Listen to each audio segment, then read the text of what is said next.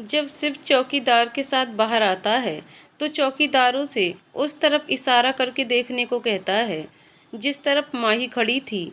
जैसे ही शिव उस ओर देखता है तो वहाँ कोई भी नहीं होता।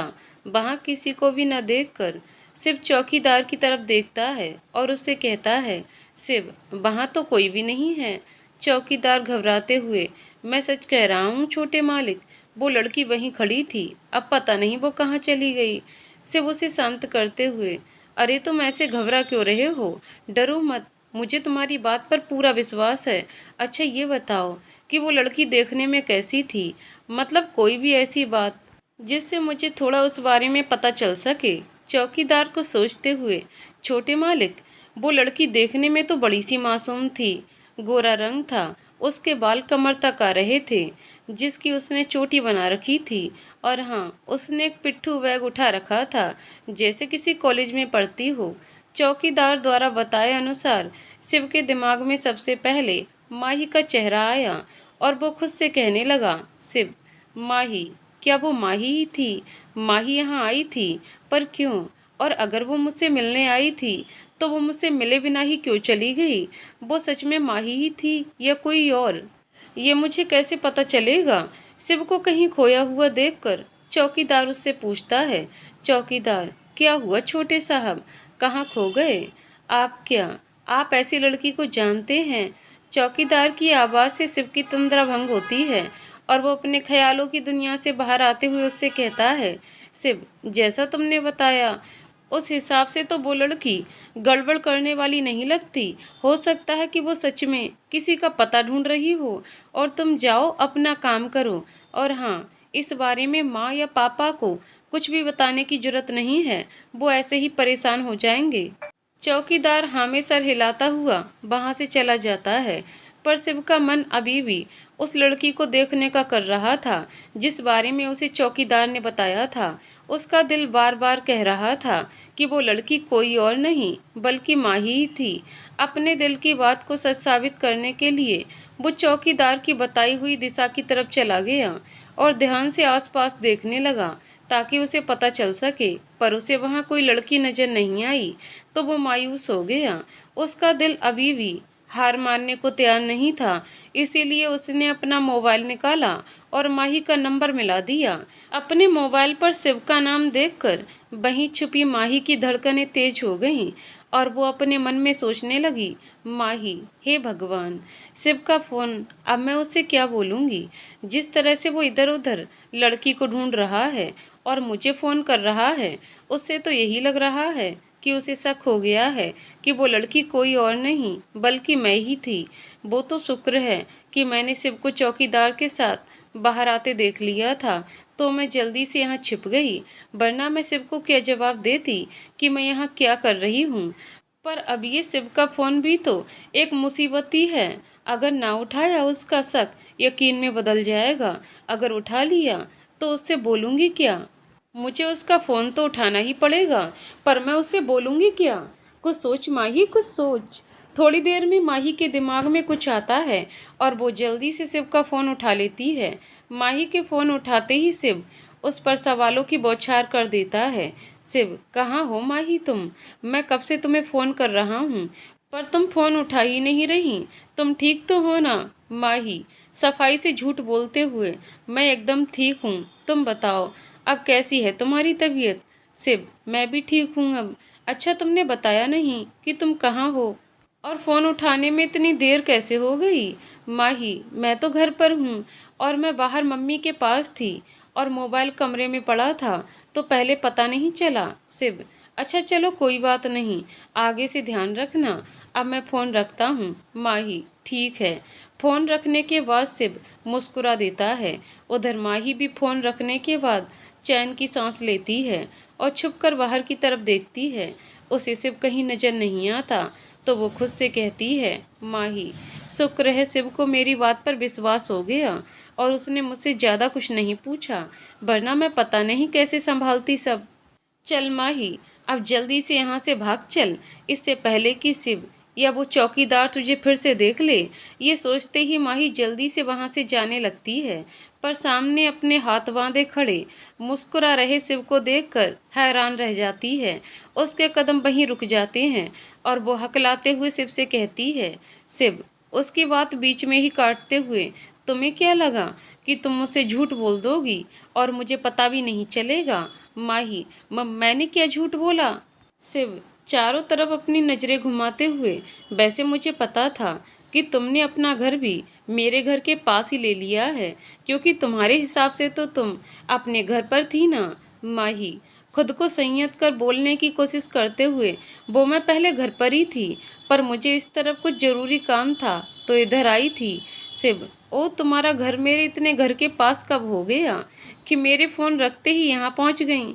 माही झल्लाते हुए, मुझे नहीं पता और मुझे अब तुम्हें कोई जवाब नहीं देना। पहले तुम बताओ कि तुम्हें कैसे पता चला कि मैं यहाँ हूँ? शिव मुस्कुराते हुए कार के हॉर्न से, माही सवालिया नज़रों से, मतलब? शिव मतलब ये कि जब मैं तुमसे फ़ोन पर बात कर रहा था तो यहाँ से एक कार गुजरी थी जो हॉर्न बजाकर जा रही थी, और उसी समय मुझे तुम्हारी तरफ से भी वही हॉर्न की आवाज़ सुनाई दी। मैं तभी समझ गया था कि तुम यही हो, क्योंकि हम दोनों के घर जितनी दूर हैं उसमें ऐसा संभव नहीं है ना। बस इसीलिए मैं भी तुम्हारी तरह यहाँ पर छुप गया और तुम्हारे बाहर आने का इंतजार करने लगा। शिव की बात सुनकर अब माही को खुद की ही बेवकूफ़ी पर हंसी आ रही थी, पर उसने अपने चेहरे पर ऐसा कोई भाव नहीं आने दिया और शिव से बोली, माही ओह, काफ़ी होशियार हो तुम। शिव हम, पर तुमसे ज़्यादा नहीं। चलो अब तुम भी जल्दी से बता दो कि तुम यहाँ क्या कर रही हो? मुझे इतना याद कर रही थी कि मुझसे मिलने के लिए यहाँ तक आ गई, पर एक बात समझ नहीं आई कि जब तुम मुझसे मिलने यहाँ आई थी तो अंदर आने की जगह यहाँ क्यों छुप गई थी? माही के लिए अब वहाँ खड़े रहना भी मुश्किल हो रहा था। उसका मन कर रहा था कि अभी धरती फट जाए और वो उसमें समा जाए। उसे समझ ही नहीं आ रहा था कि वो शिव से नज़रें कैसे मिलाए, क्योंकि उसने हरकत ही ऐसी की थी कि शिव तो क्या, कोई भी उसके बारे में पता नहीं क्या कुछ सोच लेता। इसलिए वो बिना कुछ बोले जल्दी से वहाँ से जाने लगती है, तो शिव ने उसका हाथ पकड़कर उसे अपनी तरफ घुमा लिया और उससे कहने लगा, शिव ये तो बहुत गलत बात है, तुम बिना मेरी बात का जवाब दिए यहाँ से नहीं जा सकती। शिव के ऐसा करने से माही के दिल की धड़कनें तेज हो गईं। अब वो बड़ी मुश्किल से ही कुछ बोल पा रही थी, इसलिए किसी तरह उसने हिम्मत जुटाकर शिव से कहा, मैं यहाँ तुम्हारे लिए नहीं आई थी, मुझे यहाँ कुछ काम था इसलिए आई थी। माही की बात सुनकर शिव उसे अपने और करीब खींच लेता है और उसके गले में अपनी बाहें टिकाकर मुस्कुराते हुए उसकी तरफ देखने लगता है। शिव को अपने इतने करीब पाकर माही की धड़कनें बुलेट ट्रेन की तरह दौड़ने लगीं और उसके गाल शर्म से लाल होने लगे। माही की ऐसी हालत देखकर शिव हंसते हुए उससे बोला, शिव अगर तुम्हारे दिल की धड़कनें इतनी तेज चलेंगी तो तुम्हारे बिना बोले ही तुम्हारे दिल की बात मुझे सुनाई दे जाएगी। माही अचकचाकर, ये तुम क्या कुछ भी बोले जा रहे हो? मेरे दिल में ऐसा कुछ नहीं है। शिव पर मैंने तो कुछ बोला ही नहीं, तुम्हारी धड़कनें ही सब कुछ बोल रही हैं। देखो अगर सच में ऐसा कुछ है ना तो तुम मुझे जल्दी से बता दो, इससे पहले कि मुझे कोई और उड़ाकर ले जाए। शिव की बात सुनकर माही हैरानी से उसकी ओर देखने लग जाती है और वो खुद को शिव से अलग करने की कोशिश करने लगती है। शिव समझ जाता है कि माही को उसकी बात का बुरा लगा है, इसलिए वो खुद को शिव की पकड़ से छुड़ा रही है, वरना इतने समय से शिव ने माही के गले में अपनी बाहें डाल रखी थीं, पर माही ने उससे अलग होने की कोशिश भी ना की थी।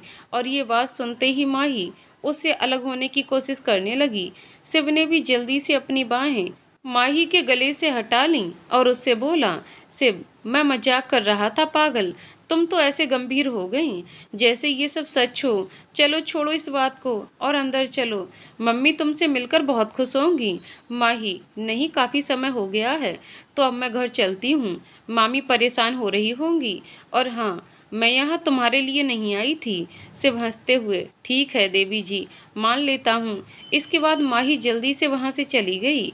उसके जाने के बाद शिव मुस्कुराते हुए खुद से बोला, शिव सच में बहुत जिद्दी है ये लड़की। जाते जाते भी उसी बात को दोहरा कर गई है कि मेरे लिए वो यहाँ नहीं आई थी। इससे अच्छा था कि वो असली बात मुझे बता जाती। शिव के इतना बोलते ही उसके पीछे से एक लड़के की आवाज़ आई। लड़का, हो सकता है कि वो सच कह रही हो, और अगर वो तुम्हारे लिए आई भी थी तो सिर्फ अपनी दोस्ती के लिए ही आई हो, ना कि उस वजह से जिस वजह से तुम्हें लगता है। अपने पीछे से किसी लड़के की ऐसी आवाज़ सुनकर शिव हैरान होते हुए आवाज़ की दिशा में देखता है और अपने सामने खड़े लड़के को देखकर कहता है, शिव, अरे अर्नब, तुम यहाँ क्या कर रहे हो? अर्नब उसके पास आते हुए, क्यों, अब मैं यहाँ नहीं आ सकता क्या? शिव, अरे मेरा वो मतलब नहीं था, ये तेरा भी घर है और तू जब चाहे तब यहाँ आ सकता है। बस तुझे अचानक यहाँ देखकर मैं थोड़ा हैरान हो गया, और कुछ नहीं। अर्नब अपने हाथ बांधते हुए, अच्छा, मुझे अचानक यहाँ देखकर हैरान हो गया, या तेरी चोरी पकड़ गई इस वजह से? वैसे मैं तो यहाँ तेरा हालचाल जानने आया था, पर यहाँ तो किसी चोर की चोरी पकड़ी गई। शिव अपनी आंखें चुराते हुए, कौन सी चोरी? अर्नब, अच्छा जी, कौन सी चोरी? अभी कुछ देर पहले जो तू माही के गले में बाहें डालकर शहद भरी बातें कर रहा था ना, वो चोरी। शिव, वो तो बस ऐसे ही। अर्नब उसे घूरते हुए, अब तो मुझसे भी झूठ बोलेगा? चल जल्दी से बता दे कि कब से चल रहा है ये सब। माही का तो पता नहीं, पर तेरा तो मुझे पता चल गया कि तू तो माही पर पूरा लट्टू होकर घूम रहा है। बस अब इतना बता दे, ये सब हुआ कब? अर्नब की बात सुनकर शिव समझ जाता है कि अब झूठ बोलने से कोई फायदा नहीं होगा, इसलिए वो अर्नब को सच बताने का फैसला करता है और उसे सब बताने लगता है। शिव, जिस दिन हमारी फ्रेशर पार्टी थी और उस पेपर डांस के खेल में मेरा और माही का नाम साथ में आया था, तो पता नहीं क्यों उसके साथ इस खेल को खेलते हुए मुझे एक अलग ही खुशी मिली थी। मैं पहले तो इसका कारण समझ नहीं पाया, पर धीरे धीरे मुझे पता चल गया कि मैं माही से प्यार करने लगा हूँ। तभी मैं। अर्नब हैरान होते हुए, ओह, तू तो पिछले साल से ही माही से प्यार करता है और अब तक उसे इस बारे में बताया तक नहीं। तभी मैं सोचूं कि जो लड़का हर समय माही से लड़ने के बहाने ढूंढता था, वो अचानक से इतना कैसे बदल गया कि उससे दोस्ती करने की कोशिश में लग गया। वाह, बढ़िया है भाई। पर अब कॉलेज का आखिरी सत्र ही रह गया है और अब तक तूने माही से अपने प्यार का इजहार तक नहीं किया। अभी तो हमें ये तक नहीं पता कि क्या माही भी तुझसे प्यार करती है या नहीं। सिर्फ पहले तो मुझे भी ऐसा ही लगता था, पर अब मुझे पता चल गया है कि माही भी मुझसे प्यार करती है। अर्नब अपनी आंखें नचाते हुए, और ये तुझे कैसे पता चला? शिव, तूने देखा नहीं, मेरी तबीयत खराब का सुनकर वो कैसे मेरे घर तक दौड़ी चली आई। अर्नब अपना माथा पीटते हुए, इस वजह से ये भी तो हो सकता है कि वो सिर्फ दोस्ती के लिए यहाँ आई हो। शिव, अगर वो दोस्ती के रिश्ते से यहाँ आई होती तो ऐसे छिपने की जगह घर आकर मुझसे मिलकर जाती। अर्नब कुछ सोचते हुए, हम, वैसे तेरी बात में दम तो है। शिव मुस्कुराते हुए, हमारे सामने आने पर उनका यूं शर्माना, हमारी करीबी से उनकी धड़कनों का यूं शोर मचाना, हमें एक नज़र देख उनका अपनी पलकों को झुकाना, काफ़ी है उनका चुप रहकर हमारे लिए प्यार का जताना। जैसे ही शिव चुप होता है तो अर्नब मुस्कुराता हुआ उससे कहता है, अर्नब, क्या बात है शिव बाबू, लगता है माही के प्यार ने आपको कुछ ज़्यादा ही दीवाना बना दिया है, जो आपके मुख से अब शेर व शायरी भी सुनने को मिलने लगी हैं। शिव, क्या करें अर्नब मियाँ, प्यार जो करवाए वो कम ही है। इसके बाद दोनों हंसने लगते हैं।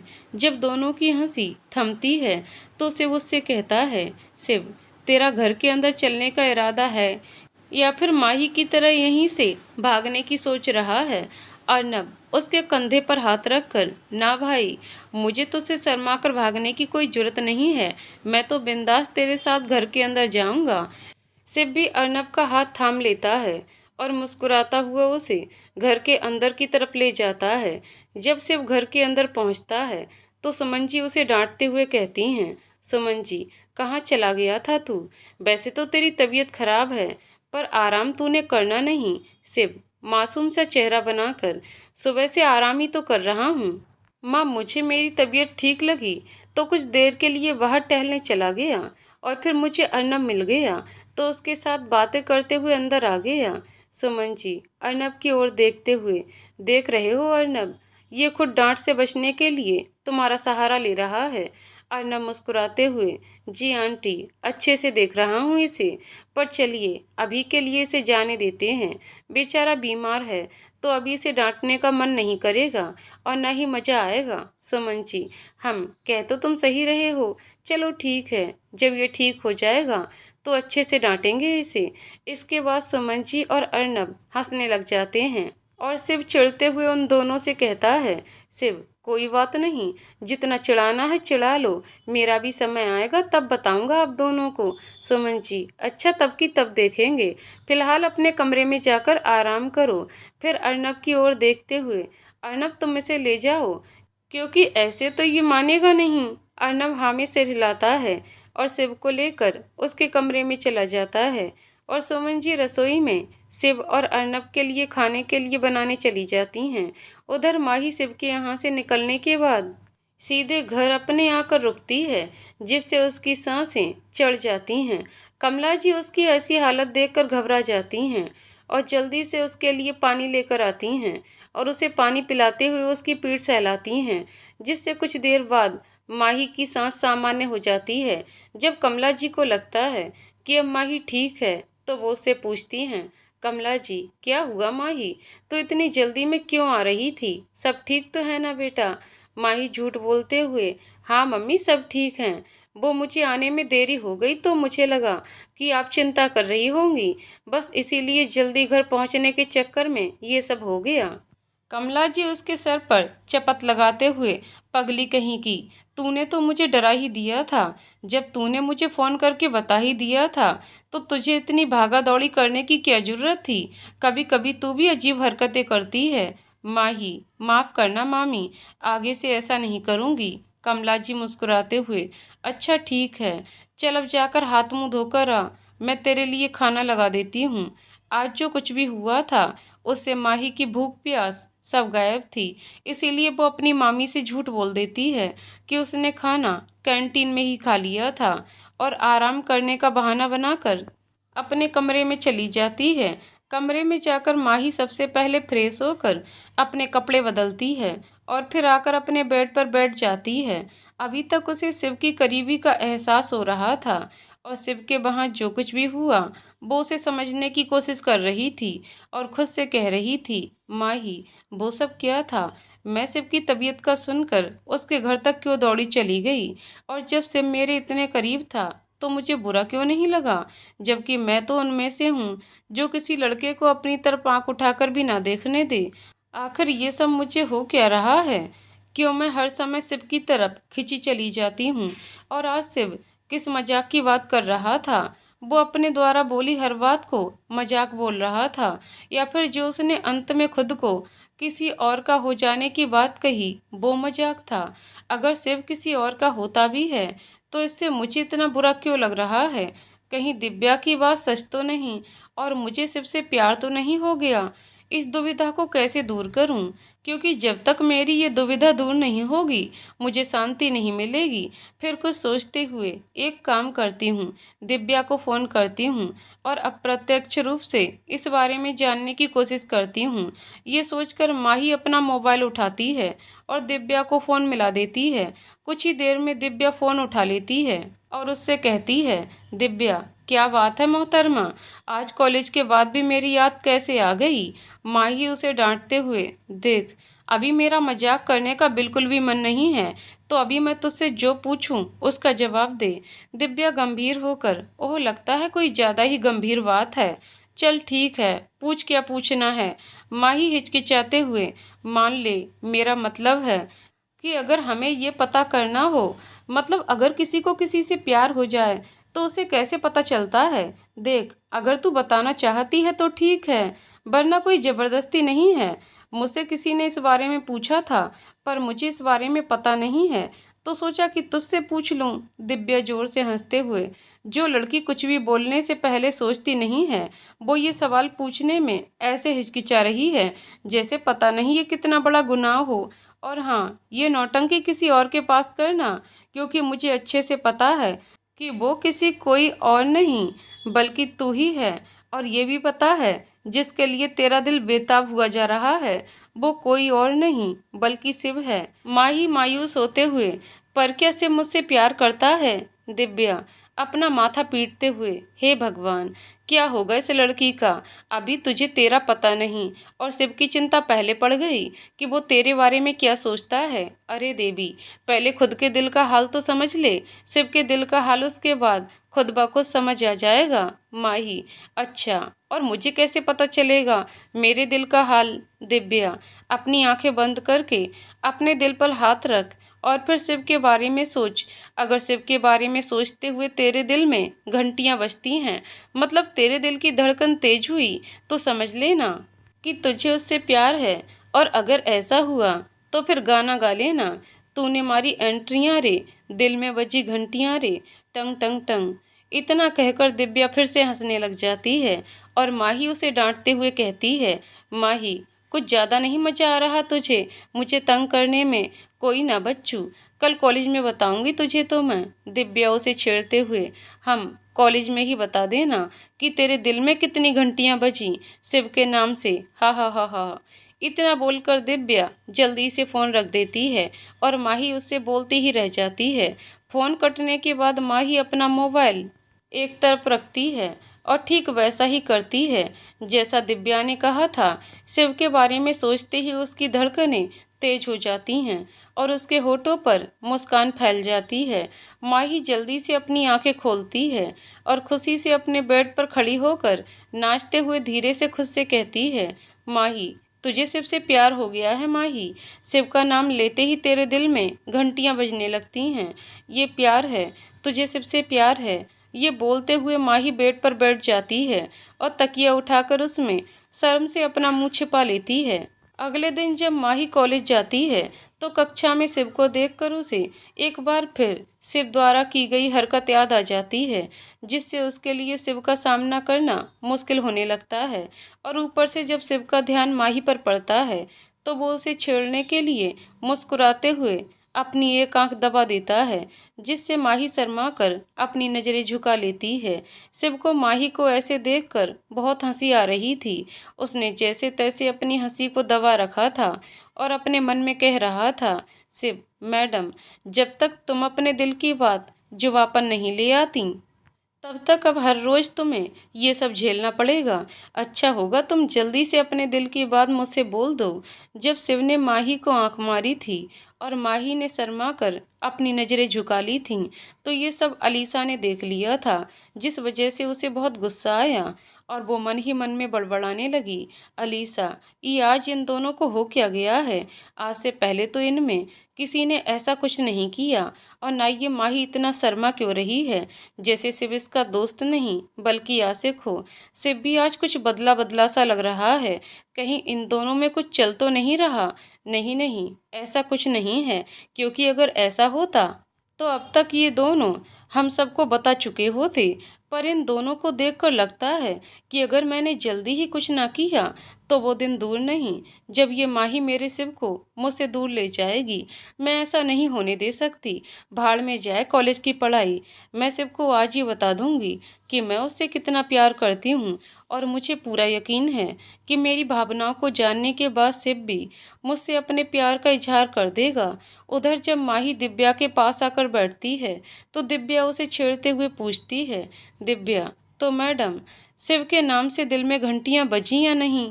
माही बिना कुछ बोले शर्माकर हाँ में सर हिला देती है। माही का जवाब सुनकर दिव्या खुशी से उछल पड़ती है और माही को गले लगा लेती है। जब शिव, अर्नब और अलीसा दिव्या को ऐसा करते हुए देखते हैं तो वो तीनों भी उनके पास आ जाते हैं और अर्नब दिव्या से कहता है, अर्नब, क्या बात है दिव्यू, किस बात की खुशी मनाई जा रही है? मुझे भी गले लगाकर अपनी खुशी में शरीक कर लो ना। दिव्या उसकी बाजू पर हल्के से चपत लगाते हुए, पूरे बेशर्म हो तुम, बोलने से पहले बिल्कुल भी नहीं सोचते। अर्नब, अरे भाई, अपनी महबूबा को गले लगाने में कैसी शर्म। दिव्या अर्नब को आंखें दिखाने लगती है तो अर्नब अपने होठों पर उंगली रख लेता है। अर्नब को दिव्या से ऐसे डरते हुए देखकर सब हंसने लग जाते हैं। शिव का ध्यान अभी भी माही की बात जानने में होता है तो वो फिर से दिव्या से कहता है, शिव, अब तो बता दो यार कि किस बात की खुशी मनाई जा रही है। दिव्या माही की ओर देखते हुए, माही बता दूं सबको। माही नामे सिर हिलाने लगती है, पर दिव्या तो माही को तंग करने के पूरे इरादे बनाकर बैठी थी और इसी के साथ वो शिव के मन की बात भी जानना चाहती थी।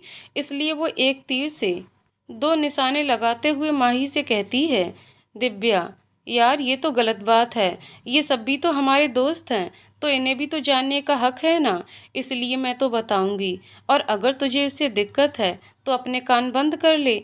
माही दिव्या को मना करती रह जाती है, पर दिव्या उसकी एक नहीं सुनती और शिव से कहती है, दिव्या वो दरअसल ये है कि हमारी माही कॉलेज की पढ़ाई के बाद एक नया सफ़र शुरू करने की सोच रही है। माही उसे डांटते हुए, दिव्या चुप हो जा, वरना तुम मुझसे पिटेगी। दिव्या डरने का अभिनय करते हुए, देख रहे हो तुम सब, ये मुझे कैसे धमकी दे रही है। अर्नब यार माही देखो, मेरी दीबू को ऐसे मत डराओ, और हम सब तुम्हारे दोस्त हैं तो हमें भी जानने का हक है, इसलिए तुम कुछ मत बोलो। दीबू तुम बताओ कि कौन सा सफ़र शुरू करने वाली है माही। दिव्या वो दरअसल माही कॉलेज की पढ़ाई के बाद विदेश जाने की सोच रही है। ये बात सुनकर एक तरफ जहां माही हैरान रह जाती है कि ये दिव्या क्या बोल रही है, वहीं दूसरी तरफ शिव को ये बात सुनकर एक झटका लगता है और वो माही को डांटते हुए कहता है, शिव कोई ज़रूरत नहीं है तुम्हें विदेश जाने की, अपना देश ही सबसे बढ़िया होता है, इसीलिए यहीं रहो। पहले हम खुद अंग्रेज़ों से आज़ादी पाना चाहते थे और हम खुद वहाँ जाकर उनकी गुलामी करते हैं, पर तुम्हें ये सब करने की कोई ज़रूरत नहीं है। शिव की बात सुनकर सब आंखें फाड़े शिव को देख रहे थे।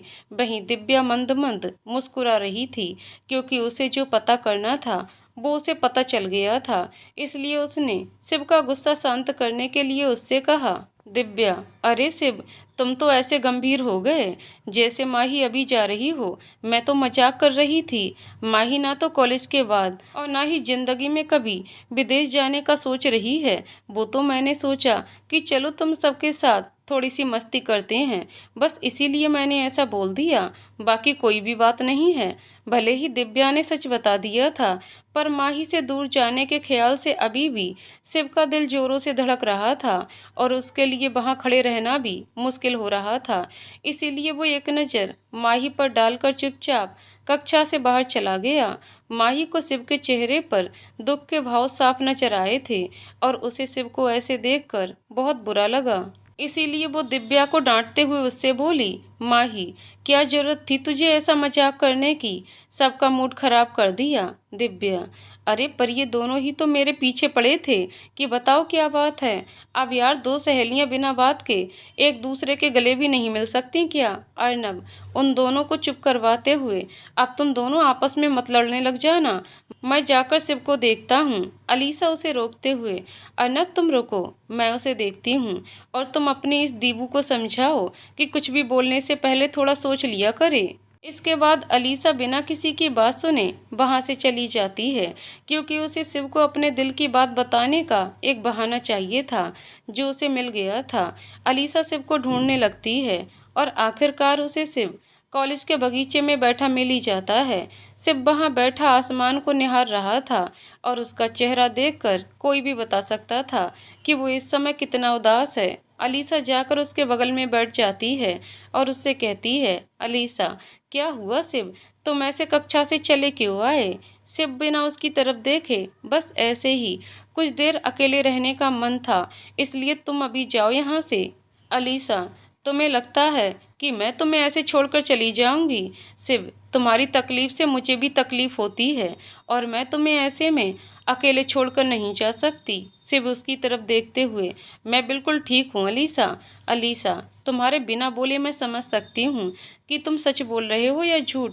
शिव मैं तुम्हें बचपन से जानती हूँ और सिर्फ जानती ही नहीं हूँ, मैं तुम्हें अपना सब कुछ मानती हूँ और इसीलिए तुम चाहकर भी मुझसे झूठ नहीं बोल सकते। शिव हैरानी से, मतलब अलीसा उसकी आंखों में देखते हुए, तुम सच में नहीं समझे, यह सब कुछ समझकर भी अनजान बनने का नाटक कर रहे हो। क्या तुम्हें सच में मेरी आंखों में नहीं दिखता कि मैं तुमसे कितना प्यार करती हूँ, और ये प्यार कोई आज या कल का नहीं है, बल्कि तब का है जब से मैंने प्यार का मतलब जाना है। मैंने सोचा था कि हमारी कॉलेज की पढ़ाई पूरी होने के बाद ही मैं तुम्हें अपने दिल की बात बताऊंगी, पर आज मैं चाहकर भी खुद को तुम्हें बताने से रोक नहीं पाई। सिर्फ यही सच है कि मैं तुमसे बहुत प्यार करती हूँ और तुम्हारे बिना नहीं रह सकती, और मैं जानती हूँ कि तुम भी मुझसे प्यार करते हो, बस कभी इजहार ही नहीं कर पाए। इसलिए मैंने तुम्हारी मुश्किल को ख़त्म कर दिया और खुद ही तुमसे इजहार कर दिया। सिर्फ हैरानी से, ये तुम क्या कह रही हो अलीसा? और तुमसे ये किसने कहा कि मैं तुमसे प्यार करता हूँ? अलीसा मुस्कुराते हुए, इसमें किसी के कुछ कहने की क्या ज़रूरत है? तुम मेरी जो इतनी फिक्र करते हो, मुझे इतना मानते हो, उससे ये आसानी से समझ आता है कि तुम भी मुझसे प्यार करते हो। सिर्फ अलीसा, अलीसा, तुमने उसे मेरा प्यार समझ लिया। तुम मेरी बचपन की दोस्त हो और इसीलिए मेरा तुम्हारी फिक्र करना स्वाभाविक है। मैं तुम्हें अपनी सबसे अच्छी दोस्त मानता हूँ, इसके अलावा मेरे दिल में ऐसा कुछ नहीं है। अलीसा, चलो मान लेती हूँ कि तुम मुझे अपनी सबसे अच्छी दोस्त मानते हो, इसीलिए मेरी फिक्र करते हो, पर मैं तो तुमसे प्यार करती हूँ ना, और हम दोनों एक दूसरे को बचपन से जानते हैं, तो तुम भी मुझसे प्यार करने लग जाओगे। शिव, ऐसा कभी नहीं हो सकता अलीसा। अलीसा, अपनी आंखों में आंसू लिए, क्यों नहीं हो सकता शिव? क्या मैं इतनी बुरी हूँ कि मैं तुम्हारे प्यार के काबिल नहीं हूँ? शिव उसके आंसू पोंछते हुए, ऐसा नहीं है अलीसा, बल्कि तुम तो मेरी सबसे अच्छी दोस्त हो। अलीसा, तो फिर क्या दिक्कत है शिव? शिव, अलीसा, मैं किसी और से प्यार करता हूँ।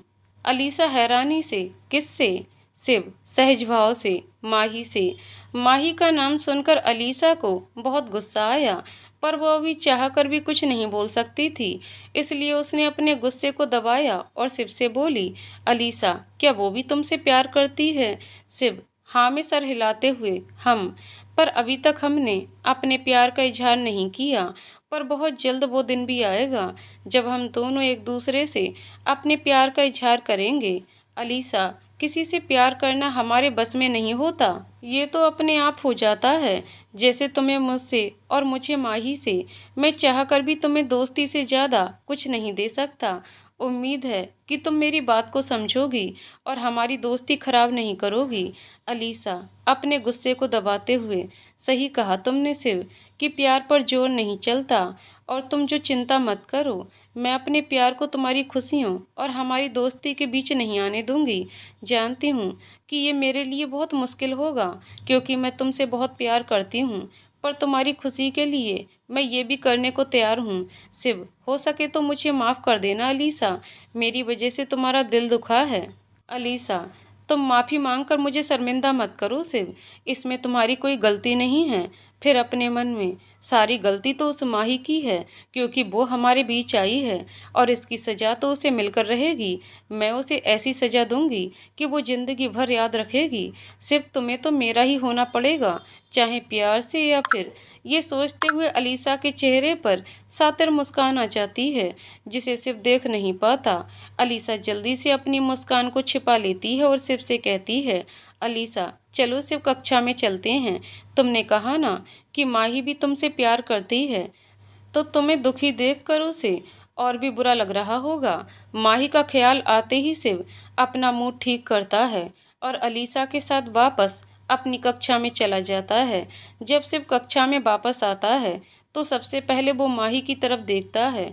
माही का उदास चेहरा देखकर वो खुद का मूड जल्दी से ठीक करता है, ताकि माही के चेहरे की मुस्कान वापस लौट सके। शिव को देखकर अर्नब जल्दी से शिव के पास आता है और उससे पूछता है, अर्नब भाई तू ठीक है ना?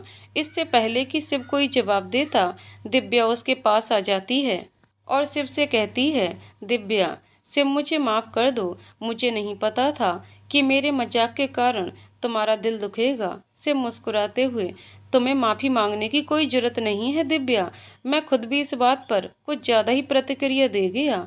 मेरी वजह से तुम सबका मूड भी खराब हो गया, इसलिए माफ़ी तो मुझे तुम सबसे मांगनी चाहिए। सब आपस में बात कर रहे थे, पर माही अभी भी अपनी जगह पर ही बैठी हुई थी। वो शिव से बहुत कुछ कहना चाहती थी, पर उसे समझ ही नहीं आ रहा था वो किस हक से शिव से बात करे, क्योंकि उसे भी अब तक इतना समझ आ चुका था कि उन दोनों में अब सिर्फ दोस्ती का रिश्ता नहीं है, बल्कि उससे कुछ ज़्यादा ही है। इसीलिए माही को शिव से बात करने में झिझक हो रही थी। शिव भले ही सबसे बात कर रहा था, पर उसका पूरा ध्यान माही पर ही था। पर वो उसके मन का हाल बखूबी समझ रहा था और खुद को कोसते हुए मन में बड़बड़ाने में लगा हुआ था। शिव, क्या जरूरत थी मुझे ऐसी प्रतिक्रिया देने की? माही का मूड इतना अच्छा था और सिर्फ मेरे कारण उसका मूड खराब हो गया। मेरी तो उससे बात करने की भी हिम्मत नहीं हो रही, क्योंकि मुझे बिल्कुल भी समझ नहीं आ रहा कि मैं उससे क्या बोलूं। चूंकि शिव को भी पता चल गया था कि माही उससे प्यार करती है, पर अभी तक उन्होंने एक दूसरे को इजहार नहीं किया था, इसलिए उसे भी माही से बात करने में कुछ झिझक हो रही थी, क्योंकि उसे समझ ही नहीं आ रहा था कि माही के कुछ पूछने पर वो उसे क्या जवाब देगा। अर्नब, दिव्या और अलीसा कब से उन दोनों को एक दूसरे को देखते हुए देख रहे थे, इसीलिए अर्नब ने सिर पर तंज कसते हुए उससे कहा, अर्नब, तेरा इरादा सारी उम्र माही को घूरने का ही है या उससे अपना इजहार मोहब्बत भी करना है? अर्नब की बात सुनकर शिव उसे घूरने लगा और इशारे से उसे दिव्या और अलीसा की तरफ देखने के लिए कहने लगा। तो इस पर दिव्या ने जल्दी से शिव से कहा, दिव्या, ये जो तुम अर्नब को इशारा करके चुप रहने के लिए कह रहे हो ना, उसका कोई फ़ायदा नहीं है, क्योंकि मुझे ये सब पहले से ही पता है। बल्कि मुझे तो ये भी पता है कि इस इश्क का नशा सिर्फ एक तरफा नहीं है, बल्कि दोनों तरफ ही है। इश्क और मुश्क दो ऐसी चीज़ें हैं जो छिपाए नहीं छिपती। तो तुम्हें अब ये अभिनय करने की कोई ज़रूरत नहीं है। शिव हैरानी से, क्या तुम्हें माही ने कुछ बताया इस बारे में कि वो भी मुझसे प्यार करती है? दिव्या हाँ में अपना सर हिला देती है और उसे कल वाली सारी बात बता देती है, जिसे जानने के बाद शिव के होठों पर मुस्कान आ जाती है और वो अर्नब से कहता है, शिव, अब तो तुझे मेरी बात पर विश्वास हो गया ना कि माही भी मुझसे प्यार करती है। अब तो उसने स्पष्ट तौर पर भी इस बात को स्वीकार कर लिया है। अर्नब उसके आगे हाथ जोड़ते हुए, जी महाराज, मुझे अब पूरा विश्वास हो गया है कि तुम दोनों ही एक दूसरे से प्यार करते हो। अब भी बता दे कि तूने माही से अपने दिल की बात कहने का कौन सा मुहूर्त निकाला है? शिव, अभी तो मैंने ऐसा कुछ सोचा नहीं है। अर्नब अपना माथा पीटते हुए, बस मुझे लग गया पता कि ये सब तेरे बस की बात नहीं है। तू माही को प्रपोज तब करेगा जब तू बूढ़ा हो जाएगा और दो दो छड़ियों के सहारे चलेगा और लड़खड़ाती हुई आवाज में माही से कहेगा, माही, मैं तुमसे बहुत प्यार करता हूँ, क्या तुम मुझसे शादी करोगी? इसके बाद जब तू उसे अपनी बत्ती सी दिखाएगा तो तेरे दांतों की जगह तेरा पोपला मुंह नजर आएगा।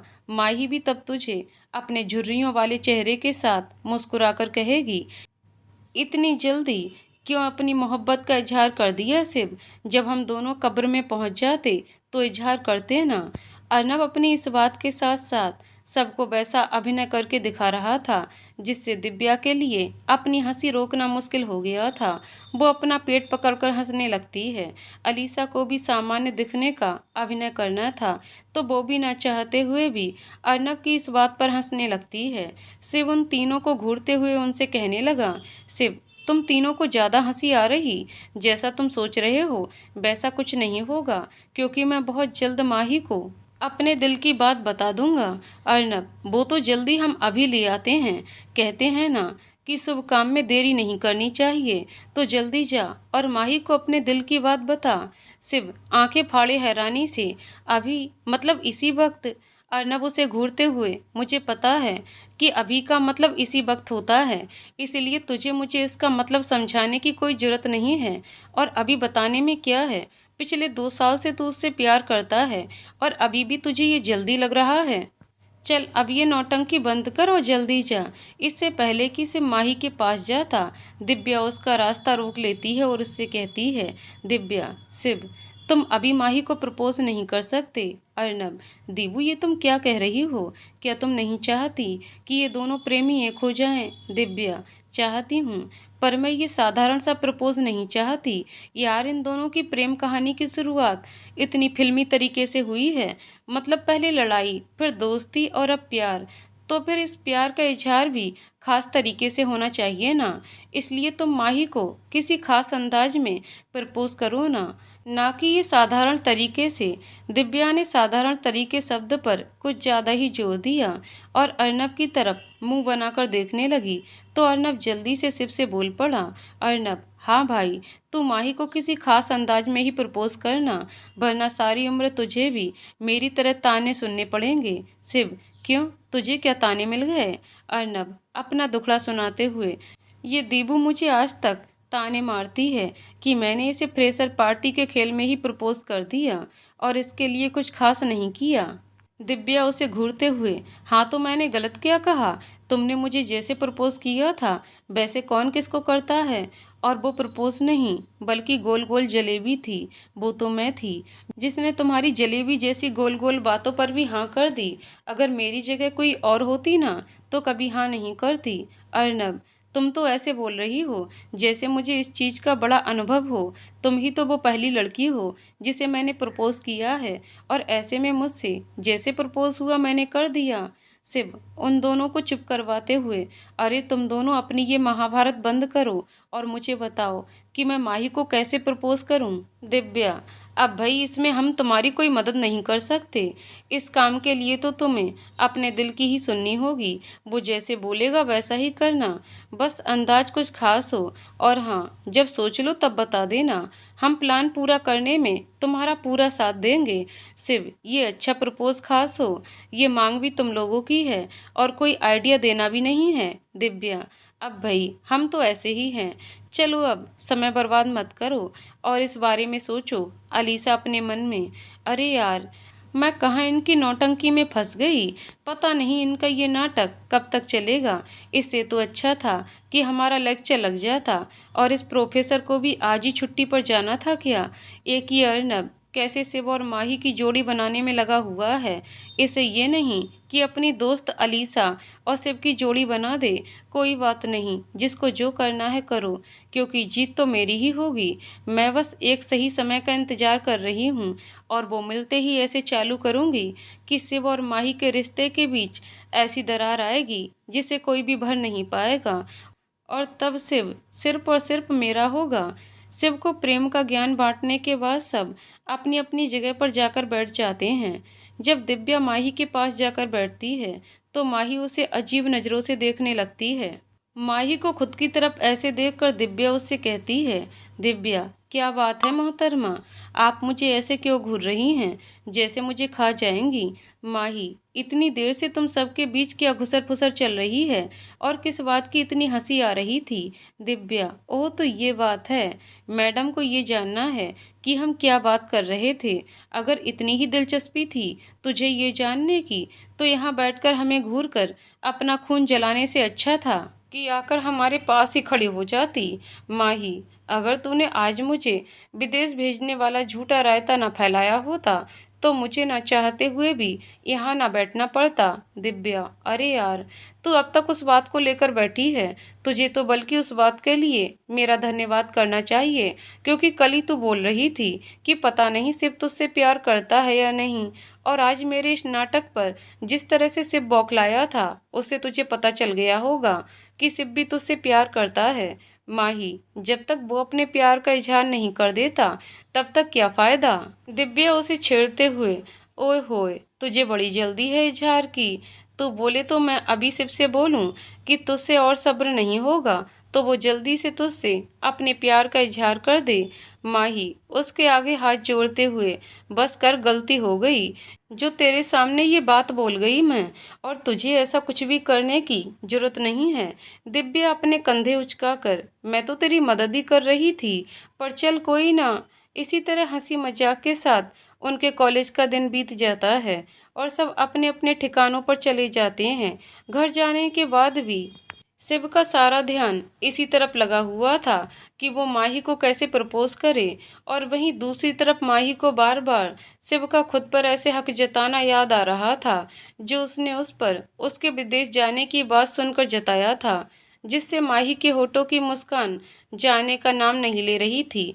अगले दिन जब माही कॉलेज जाने के लिए तैयार हो रही थी तो उसके मोबाइल की घंटी बजने लगी। जब माही ने अपना मोबाइल देखा तो उस पर दिव्या का नाम फ्लैश हो रहा था। इतनी सुबह सुबह दिव्या का फ़ोन आया देखकर माही को थोड़ी हैरानी हुई। फिर उसे लगा कि शायद आज दिव्या ने कॉलेज नहीं जाना होगा, इसीलिए तो उसे फ़ोन करके बता रही हो।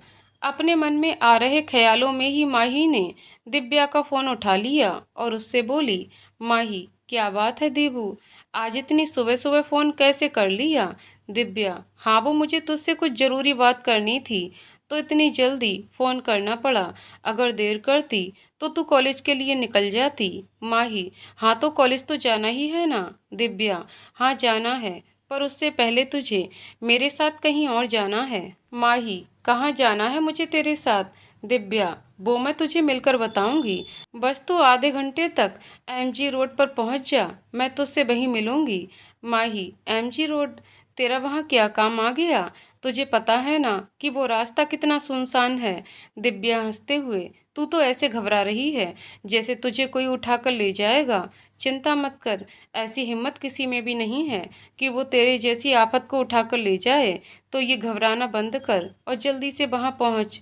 देख, देर मत करना। माही, ठीक है मेरी माँ, आती हूँ, बस तू समय से पहुँच जाना, क्योंकि मैं ज़्यादा देर वहाँ नहीं रुकने वाली। दिव्या, हम ऐसी नौबत नहीं आएगी, चल मैं फ़ोन रखती हूँ, वरना बात करते करते ही देर हो जाएगी।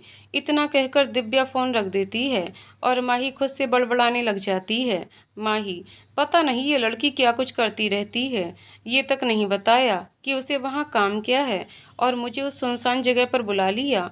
हे भगवान, अपनी कृपा दृष्टि बनाए रखना और कुछ गड़बड़ मत होने देना। ये सोचकर माही भी जल्दी से तैयार होती है और दिव्या की बताई जगह पर पहुंच जाती है।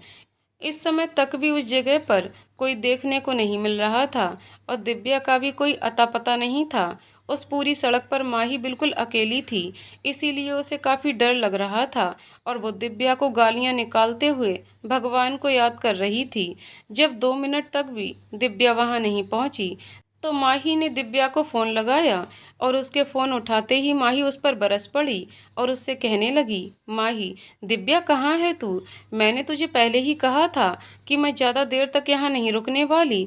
इस पूरी रोड पर मेरे अलावा कोई नहीं है, फिर भी तू इतनी लापरवाह कैसे हो सकती है? तुझे जहाँ जाना है वहाँ अब अकेली ही जा, क्योंकि मैं यहाँ से कॉलेज के लिए निकल रही हूँ। दिव्या उसे शांत करते हुए, माही माही बस 5 मिनट रुक जा। यार देख, मैं रास्ते में ही हूँ, बस 5 मिनट में पहुँच रही हूँ।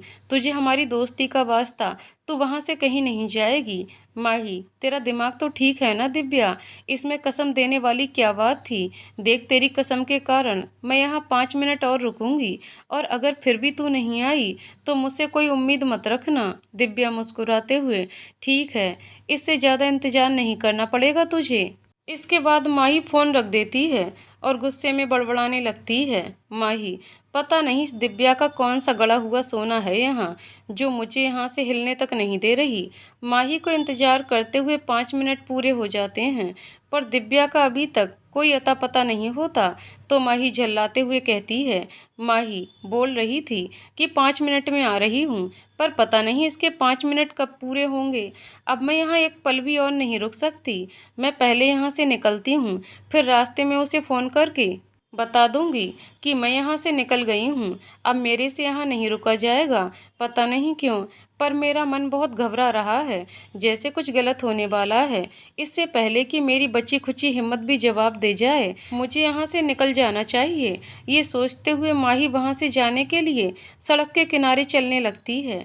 अभी वो कुछ दूरी पर ही गई थी कि पीछे से एक गाड़ी आई, जिसमें से नकाब पहने एक आदमी उतरा और माही का हाथ पकड़कर उसे जबरदस्ती गाड़ी के अंदर पटक दिया और गाड़ी चला रहे इंसान को गाड़ी चलाने का इशारा कर दिया। माही बचाओ बचाओ का शोर मचाती रह गई, पर वहां उसकी आवाज़ सुनने वाला कोई नहीं था। उस गाड़ी में कुल 4 आदमी थे, सबने अपने चेहरों पर नकाब पहन रखा था। जब माही की आवाज़ उन सबसे असहनीय हो गई तो उनमें से एक आदमी चिल्लाते हुए बोला, आदमी चुप, एकदम चुप।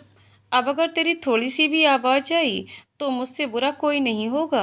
दूसरा आदमी, यार पहले तो इसकी आंखों पर पट्टी बांध ताकि ये रास्ता ना देख पाए। उस आदमी की आवाज़ सुनकर माही के साथ बैठा आदमी अपनी जेब से एक काली पट्टी निकालता है और उसे माही की आंखों पर बांध देता है।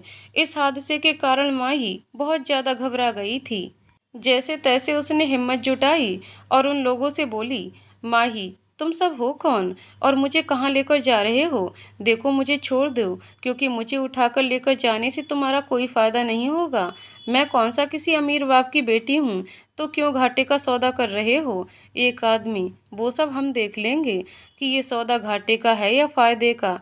तुम बस चुपचाप बैठी रहो। माही, ऐसे कैसे चुपचाप बैठी रहो? हमारे संविधान में भी हमें हक दिए गए हैं। ये तो जानने का मेरा अधिकार है कि मुझे कहाँ लेकर जा रहे हो और क्यों। माही को लगा कि अगर वो बिना सिर पैर की बातें करेगी तो वो लोग उससे परेशान हो जाएंगे और उसे छोड़ देंगे। इसीलिए उसने उन लोगों के सामने ऐसी बातें करनी शुरू कर दी। माही की बात सुनकर एक आदमी हंसते हुए बोला, आदमी, ऐसे तो फिर हमारे पास भी बहुत से हक हैं। माही घबराते हुए, जैसे कि? आदमी चाकू निकालकर माही के गले पर रखते हुए, जैसे कि इस चाकू से तेरी मुंडी काटने का। हा हा हा। माही हिम्मत करके, मैं कैसे मान लूं कि ये चाकू ही है? मेरी आंखों से ये पट्टी हटाओ, फिर ही मैं इसे देख पाऊंगी ना। आदमी, इसकी जरूरत नहीं पड़ेगी, क्योंकि हमारे पास इसका दूसरा रास्ता भी है। माही, कौन सा?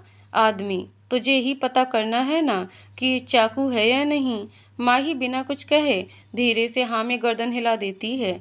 तो वो आदमी अपनी बात को पूरी करते हुए माही से कहता है, आदमी, तो फिर बता, तुझे अपने शरीर के कौन से अंग पर कट लगवाना है? अगर तो उस जगह से खून निकलता है तो तुझे दर्द हुआ तो तू समझ लेना कि हमारे पास चाकू है, और अगर ऐसा ना हुआ तो हम समझ लेंगे कि हमने कोई खिलौना उठा रखा है। माही जल्दबाजी में, अरे भाई, आप तो गुस्सा हो गए। आपको ऐसा कुछ करने की जरूरत नहीं है, क्योंकि आप लोगों का साहस देखकर मुझे विश्वास हो गया कि आप लोगों के पास चाकू है, और किसी भी समय आप मेरी मुंडी को गाजर मूली के जैसे काट सकते हो। आदमी जोर से हंसते हुए, बड़ी जल्दी विश्वास हो गया तुझे तो। चल फिर इसी खुशी में अपनी जुबान पर ताला लगा ले और शांति से इस सफ़र का आनंद ले। इसके बाद वो चारों आदमी ठहाका लगाकर हंसने लग जाते हैं और माही बिल्कुल चुप होकर बैठ जाती है।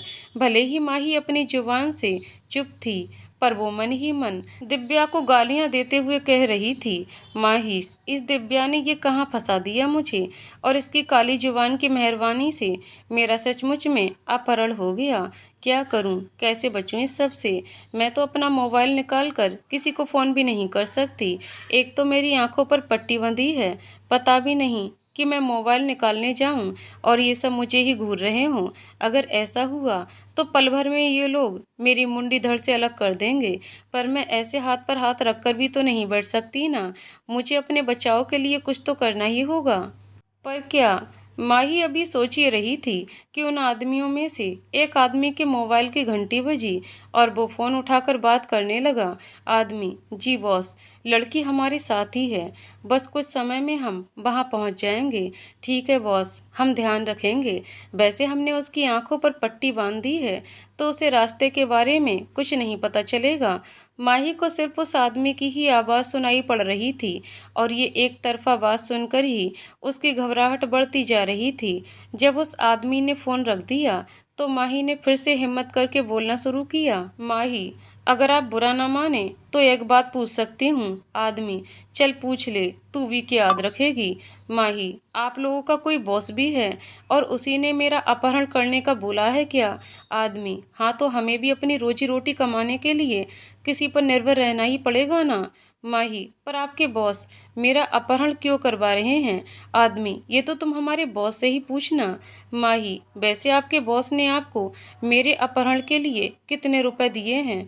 अगर कम हुए तो क्या है ना कि मैं खुद को छुड़ाने के लिए आपको उतने या उससे ज़्यादा रुपए दूंगी, फिर आप मुझे छोड़ देना। आदमी हंसते हुए, अच्छा चल, तुझे भी एक मौका दे ही देते हैं खुद को बचाने का। हमारे बॉस ने हमें तेरा अपहरण करने के 1 करोड़ रुपए दिए हैं, तो बता फिर तू हमें इसके कितने गुना देगी?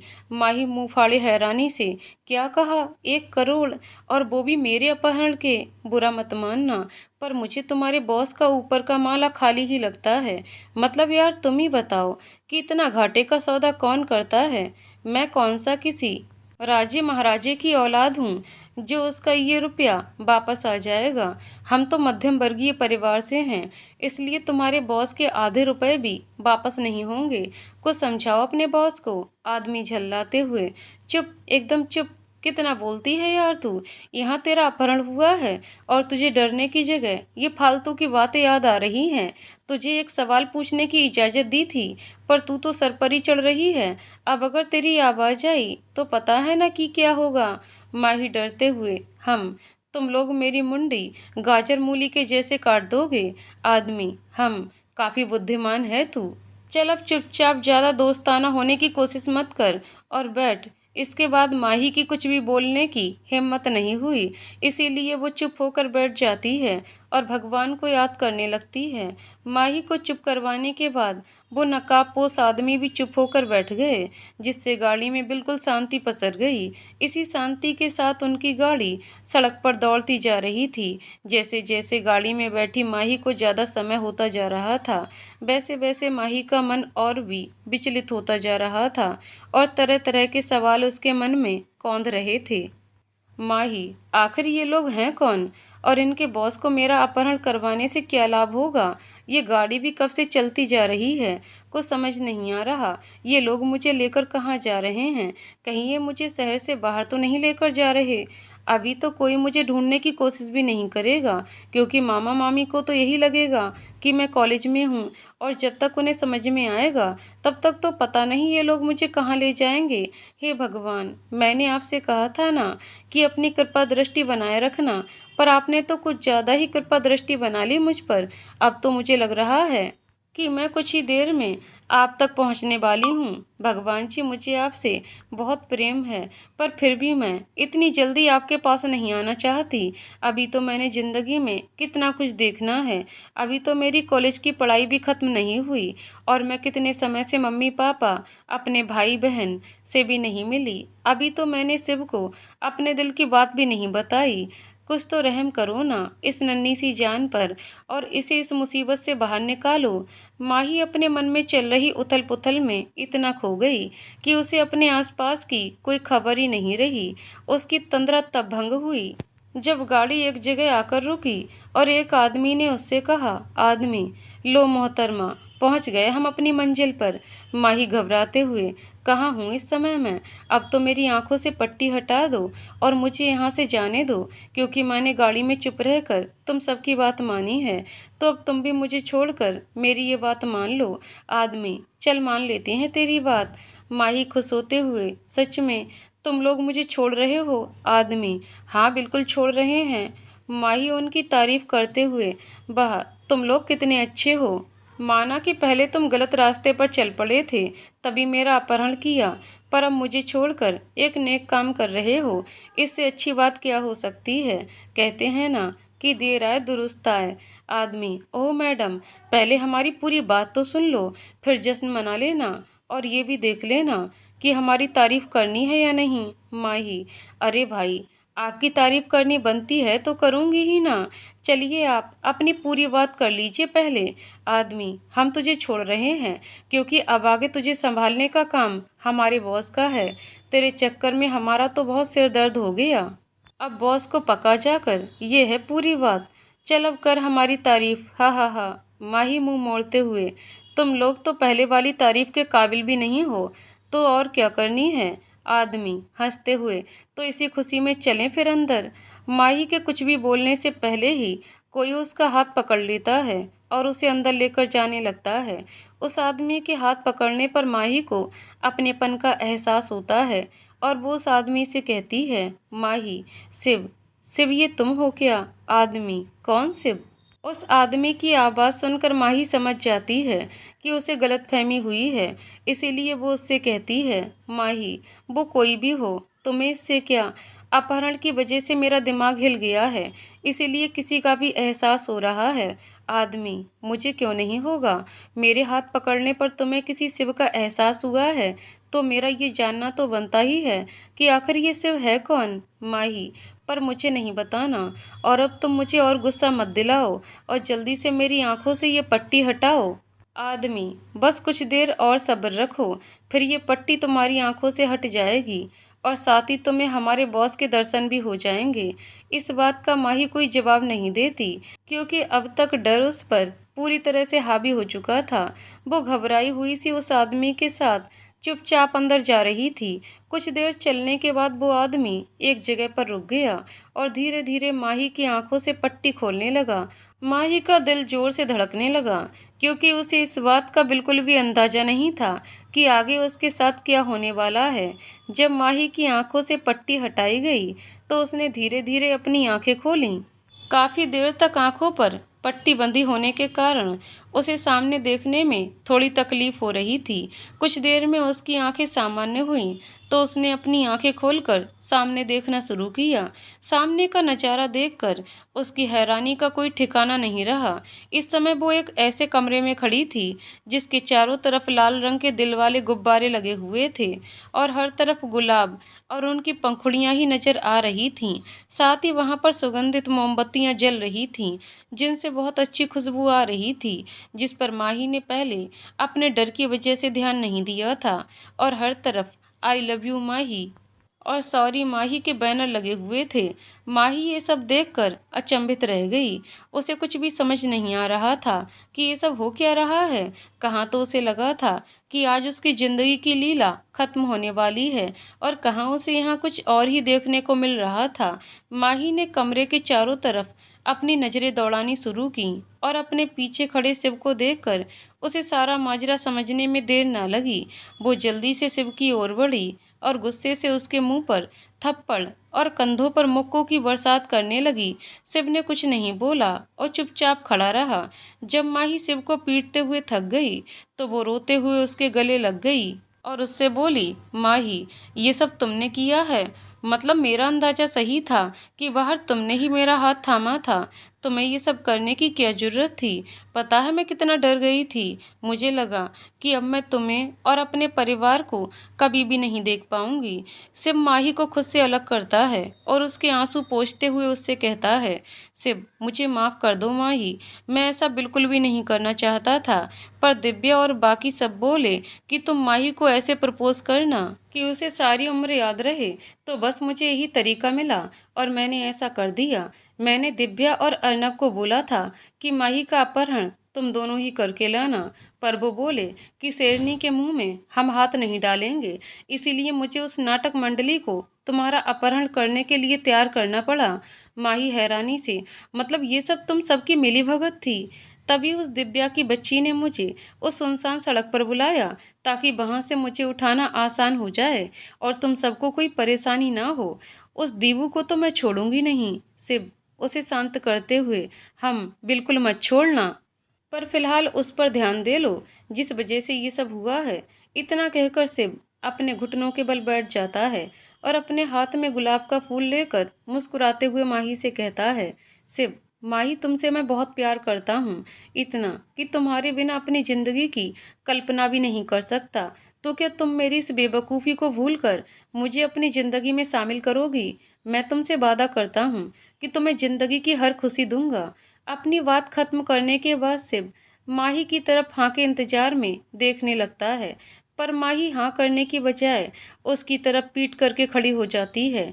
माही के ऐसा करने से शिव का दिल धक से रह जाता है और उसे डर लगने लगता है कि कहीं माही कुछ देर पहले हुई घटना के कारण उसे फिर से गलत ना समझ ले और उससे दूर ना चली जाए। वहीं दूसरी तरफ माही शिव को ऐसे परेशान देखकर मंद मंद मुस्कुरा रही थी और अपने मन में बोल रही थी, माही बड़ा शौक चढ़ा था ना तुम्हें मुझे परेशान करने का, अब उसका कुछ हिसाब तो मेरा भी वसूलना बनता है ना। बाकी मेरा सारा गुस्सा तो तुम्हें और तुम्हारे द्वारा की गई ये सारी तैयारी देखकर ही छूमंतर हो गया था। जब काफी देर तक माही शिव को कोई जवाब नहीं देती तो शिव फिर से माही से कहता है, शिव माही जल्द से हाँ बोल दो ना यार। देखो मैं जानता हूँ कि तुम भी मुझसे प्यार करती हो, तो प्लीज अब मुझे और मत सताओ। ऐसे बैठे बैठे मेरे घुटने में भी दर्द होने लग गया है। शिव की बात सुनकर माही उसकी तरफ मुड़ती है और गुस्से में उसे थप्पड़ मारने के लिए अपना हाथ उठाती है। माही को ऐसे अवतार में देखकर शिव हैरान रह जाता है और डर की वजह से जल्दी से अपनी आंखें बंद कर लेता है। पर जब कुछ देर तक भी शिव को न थप्पड़ की आवाज़ सुनाई देती है और ना ही उसे अपने चेहरे पर दर्द महसूस होता है। तो वो धीरे से अपनी आंखें खोलता है तो देखता है कि माही अपने हाथ बांधे उसे देखकर मुस्कुरा रही थी। शिव को भी कुछ समझ नहीं आ रहा था, ये माही को बार बार हो क्या रहा है, इसीलिए वो हैरानी से माही को देख रहा था। माही भी समझ गई थी कि शिव क्या सोच रहा है, इसलिए वो उसके हाथ से गुलाब का फूल लेकर हंसते हुए बोली, माही तुम्हें क्या लगा कि इतना डराना सिर्फ तुम्हें ही आता है? अरे भाई, हम में भी कुछ तो काबिलियत है। शिव जल्दी से अपनी जगह से खड़ा होता है और माही को कंधों से पकड़कर कहता है, शिव क्या यार, तुमने तो मेरी जान ही निकाल दी थी। माही हंसते हुए, पर तुम्हारी जान तो मैं हूं ना। माही की बात सुनकर शिव मुस्कुराते हुए हाँ में सर हिला देता है और माही को अपनी बाहों में भर लेता है। माही भी शिव को अपनी जिंदगी में शामिल करके बहुत खुश थी और भगवान का शुक्रिया अदा कर रही थी, पर उसका दिव्या और अर्नब को छोड़ने का कोई इरादा नहीं था। उन दोनों का क्या होने वाला था, ये तो भगवान या फिर माही ही जानते थे। पर फिलहाल के लिए माही ने इस बात को एक तरफ रखा हुआ था और शिव के साथ इस प्यार भरे पल को जी रही थी। आगे की कहानी अगले वीडियो में। तो दोस्तों, आपको कहानी कैसी लगी कमेंट करके जरूर बताइएगा। कहानी पसंद आई हो तो वीडियो को लाइक शेयर करें और चैनल को सब्सक्राइब करें। कहानी को पूरा सुनने के लिए बहुत बहुत धन्यवाद दोस्तों।